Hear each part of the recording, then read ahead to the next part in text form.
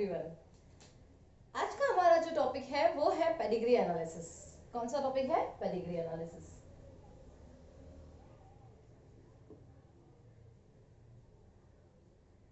मैंने काफी देखा है बच्चों को इस टॉपिक को अंडरस्टैंड करने में काफी दिक्कत आती है, इसीलिए मैंने ये जो वीडियो है इस टॉपिक पे बनाया है। सबसे पहले अगर अपन पेडिग्री एनालिसिस की बात करें तो पेडिग्री चार्ट होता क्या है?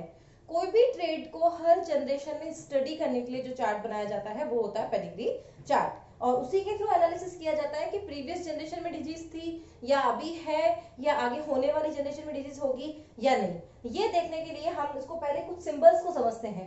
सबसे पहली बात, अगर कहीं पर इस तरह का ब्रैकेट ड्रॉ किया हुआ होता है तो इसका मतलब होता है मेल, और वो मेल भी कैसा है? नॉट अफेक्टेड, उसको कोई बीमारी नहीं है। और अगर सर्कल ड्रॉ किया हुआ होता है तो उसे कहते हैं फीमेल। और इसी के साथ अगर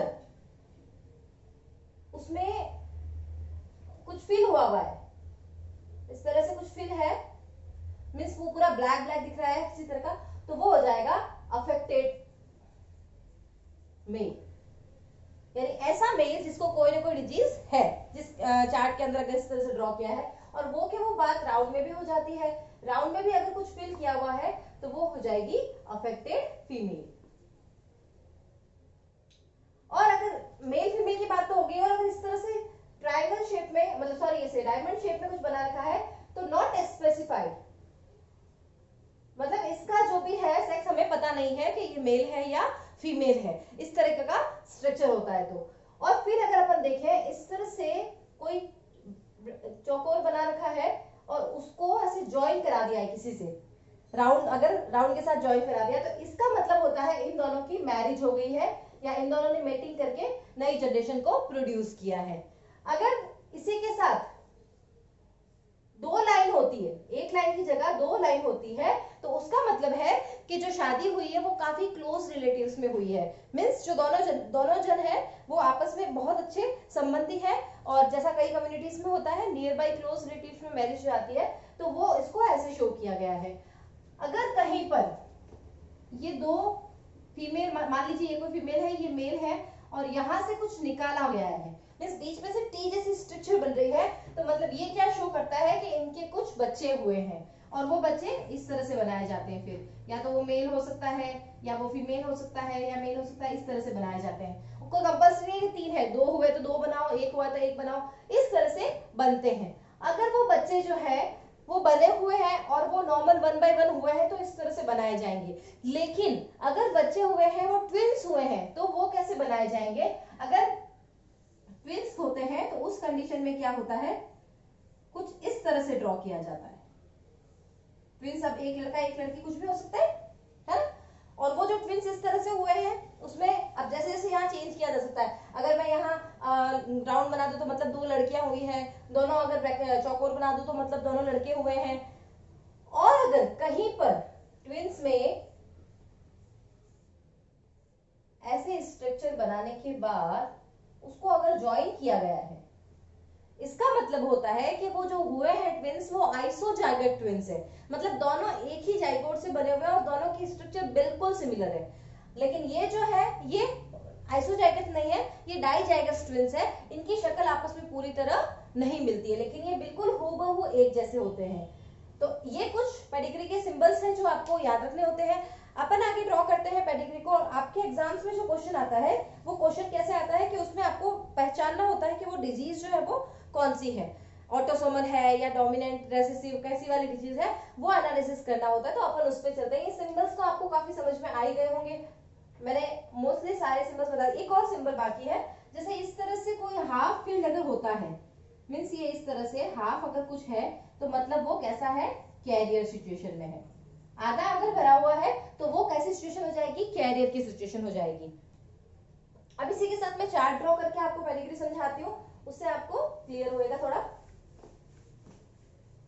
आपको कभी भी अगर पहचानना हो कि वो कौन सी डिजीज है, ऑटोसोमल है, डोमिनेंट वाली है या रेसेसिव वाली है, तो उसमें आपको ऑटोसोम में हमेशा ये याद रखना चाहिए, ऑटोसोमल डोमिनेंट जो ट्रेट होता है वो हर जनरेशन में एक्सप्रेस करता है, लेकिन जो ऑटोसोमल रेसेसिव ट्रेट होता है वो एक जनरेशन छोड़ के एक्सप्रेस करता है, means gap of the generation generate होता है। और अगर वही एक्स लिंक्ड है या वाई लिंक्ड है तो उसमें अलग सिचुएशन हो जाती है। पहले आपको मैं ऑटोसोमल वाला समझाती हूँ जिससे आप कंफ्यूज नहीं होंगे।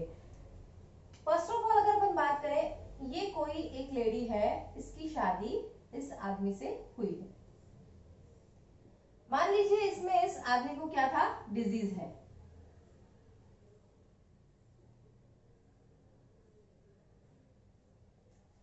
अब इसके कुछ बच्चे हुए हैं, इसकी मान लीजिए एक लड़की हुई है, उसको ये बीमारी हो गई है। एक लड़का है और ये एक और लड़की है, ठीक है। एक को डिजीज हो गई है, दो को नहीं हुई है। और यहां पर अगर आप देखते हैं, इसकी शादी एक नॉर्मल लड़के से करवा दी गई है, तो यहां पर इसको कोई भी बीमारी शो नहीं हो रही है। अब यहां पर अगर आप देखेंगे तो इसमें इसकी शादी एक नॉर्मल लड़के से करवा दी जाती है और इसके होने वाले बच्चे में बीमारी आपको देखने को मिल रही है। तो इसका मतलब क्या हुआ, ये कैसी ट्रेट है, ऑटोसोमल डोमिनेंट है, क्योंकि इसने एक भी जनरेशन को स्किप नहीं किया है। अब आप लोग सोच रहे होंगे कि अरे भाई इसमें इन दोनों में तो हुई नहीं, तो फिर ये ऑटोसोमल डोमिनेंट कैसे हो गया। देखिए होता क्या है कि अगर जनरेशन को स्किप नहीं हो रही है, आपको बस वहीं पर फोकस करना है। जनरेशन अगर भले इसमें हुई है चाहे इसमें हुई है या यहाँ हुई है, कहीं पर भी अगर जनरेशन एक भी नहीं छूटी है, मतलब वो आपको उसको आंख बंद करके निशान लगाना है कि this is a autosomal dominant trait. Okay, myotonic dystrophy जो होती है आपकी, वो इसमें आ जाता है। अगर आप देखते हैं कि वो ऑटोसोमल रेसेसिव है, तो उस कंडीशन में क्या हो जाता है उसका मैं आपको बताती हूँ। मान लीजिए ये कोई डिजीज्ड आदमी था, इसकी शादी एक नॉर्मल लड़की से करवा दी गई। अब यहां पर किसी को कोई बीमारी नहीं है, और जब इस लड़की की शादी इस आदमी से कराई जाती है तो यहां पर जो बेबीज होते हैं उसमें ये बीमारी देखने को मिल जाती है। इसका मतलब जनरेशन का गैप आया है ना। यहाँ पर इस जनरेशन में कोई बीमारी नहीं लिखनी है, तो इसको आपको हमेशा क्या बोलना है, this is a autosomal recessive trait. कौन सा ट्रेट है ये, ऑटोसोमल रेसेसिव ट्रेट, क्योंकि यहाँ पर क्या आ गया है, जनरेशन का गैप आ गया है। और जो रेसेसिव ट्रेट होता है और डोमिनेंट ट्रेट होता है, उसमें कैसा होता है कि डोमिनेंट वाला जीन की वजह से हो रहा है, रेसेसिव वाले में एक अगर एक्स्ट्रा साथ में है तो वो कैरियर का काम कर देता है। तो ऐसी सिचुएशन में यहाँ पर क्या हुआ होगा, यहाँ पर ऐसा हुआ होगा कि ये जो फादर है इसके अंदर एक्स और वाई थे और इसमें एक्स और एक्स थे, तो यहाँ का जो जीन है वो इस बेबी में गया, लेकिन यहाँ पर क्या था, उसमें वो एक्सप्रेस नहीं हुआ क्योंकि वो रेसेसिव फॉर्म में था। तो वहां पर जो डोमिनेंट वाला जीन था उसने अपने आप को एक्सप्रेस कर लिया और वो नॉर्मल फीमेल बन गई, और नेक्स्ट जनरेशन में वापस उसका वो जीन एक्सप्रेस हुआ। अब ऐसे ही अगर अपन देखें वाई वाली, अगर कोई डिजीज है वो पूरी तरह से वाई लिंक्ड अगर है, तो वो सारे मेल्स जो भी होंगे वहां पर वो डिजीज आपको शो करेगी। कैसे, उसको देखते हैं।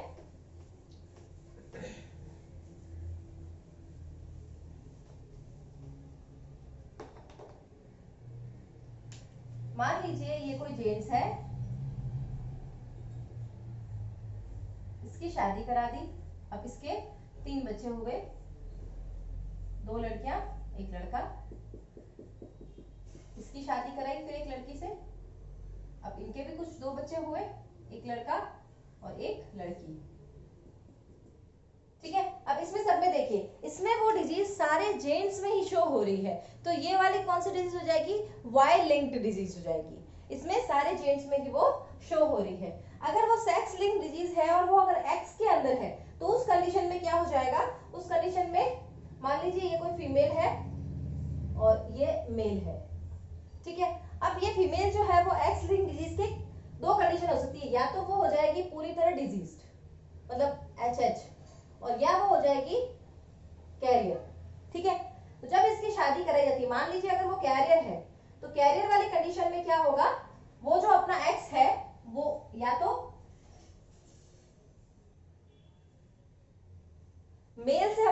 मिलेगा, लड़के को Y मिलता है और फीमेल से X मिलता है, तो यहाँ इस कंडीशन में इसका तो हो जाएगा XH और यहाँ हो जाएगा Y, तो ये लड़का जो है यहाँ पर क्या हो जाएगा, डिजीज हो जाएगा। अगर ये कैरियर है तो यहाँ पर क्या हो जाएगा, इसमें दो सिचुएशन हो सकती है, या तो उसको डिजीज हो जाए या उसको वो कैरियर बन जाए, बिकॉज एक एक्स तो उसका कहां से आएगा, मदर से आएगा, और फादर से भी एक एक्स आएगा। फादर से जो एक्स आ रहा है वो अगर पूरी तरह नॉर्मल है तो यहाँ पर क्या हो सकता है, यहाँ मदर से जो आने वाला एक्स है या तो वो डिजीज वाला आएगा या नॉर्मल वाला आएगा। तो अगर वो कैरियर वाला आया तो वो इस तरह से सिचुएशन हो जाएगी, और ये फीमेल कैसी रहेगी, कैरियर रहेगी, डिजीज नहीं रहेगी, और या वो बिल्कुल नॉर्मल रहेगी, क्योंकि इस वाली सिचुएशन की अपन अभी बात कर रहे हैं, अभी मैं यहाँ नहीं आई हूँ। अगर ये वाली कंडीशन है तो यहाँ पे क्या हो जाएगा, तो भी यहाँ पर XH और X ये वाली कंडीशन ही जनरेट हुई, बिकॉज फादर का एक्स तो कैसा है, बिल्कुल नॉर्मल है, और यहाँ पे ये भी हो सकता है कि अगर इस एक्स का और इस एक्स का हुआ तो लड़की बिल्कुल नॉर्मल भी हो सकती है।